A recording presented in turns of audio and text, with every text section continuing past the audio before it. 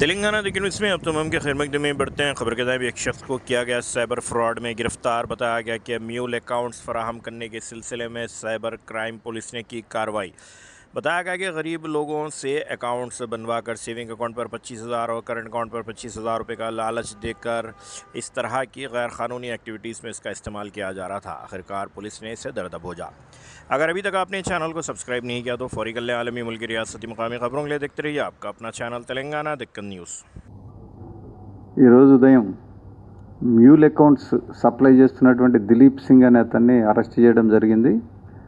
ఇతను ఇప్పటివరకు దాదాపు 33 అకౌంట్లు క్లియర్గా మాకు ఎస్టాబ్లిష్ అయినాయి. ఇవి కాకుండా కూడా కొన్ని అకౌంట్లు మ్యూల్ అకౌంట్స్ ఓపెన్ చేసి సైబర్ ఫ్రాడ్స్టర్స్కి సేల్ చేసినట్టుగా ఇన్ఫర్మేషన్ ఉంది. దానికి సంబంధించినటువంటి ఎంటైర్ మెటీరియల్ అంతా కూడా సీజ్ చేయడం జరిగింది అతని పొజిషన్ నుంచి. ఇతనికి సహకరిస్తున్నటువంటి మ్యూల్ అకౌంట్ హోల్డర్స్ ఎవరైతే ఉన్నారో వాళ్ళ మీద, అదేవిధంగా బ్యాంకర్స్లో కూడా కొంతమంది సహకరిస్తున్నట్టుగా తెలిసింది ఇతని యొక్క ఇంటరాగేషన్ రిపోర్ట్లో. అదేవిధంగా కొంత మెటీరియల్ ఎవిడెన్స్ కూడా ఉంది Yes Bank and Kotak Bank ఇతరతర బ్యాంకుల నుంచి. సో వాళ్ళ మీద కూడా యాక్షన్ తీసుకోవడం జరుగుతుంది. ఇతని దగ్గర నుంచి దాదాపు ఒక సెల్ ఫోన్, దాంతోపాటు ఒక 1,02,000 రూపీస్ క్యాష్, ఒక ఐఫోన్, వివో మొబైల్ ఫోన్, ఒక క్రెడిట్ కార్డ్స్ ఒక 12, డెబిట్ కార్డ్స్ 12, క్రెడిట్ కార్డ్ ఒకటి, బ్యాంక్ పాస్బుక్లు ఒక 3, చెక్ బుక్స్ ఒక 7.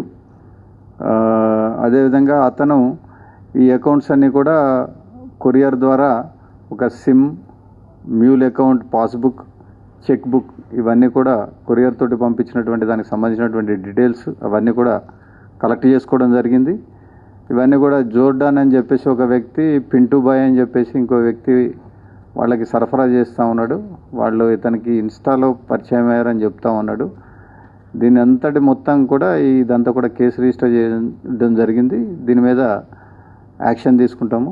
ఇదంతా కూడా ఎస్ఓటి డీసీపీ గారు, అడిషనల్ డీసీపీ గారు వాళ్ళ టీం యొక్క సహాయ సహకారంతో సైబర్ క్రైమ్ నిర్వహించడం జరిగింది.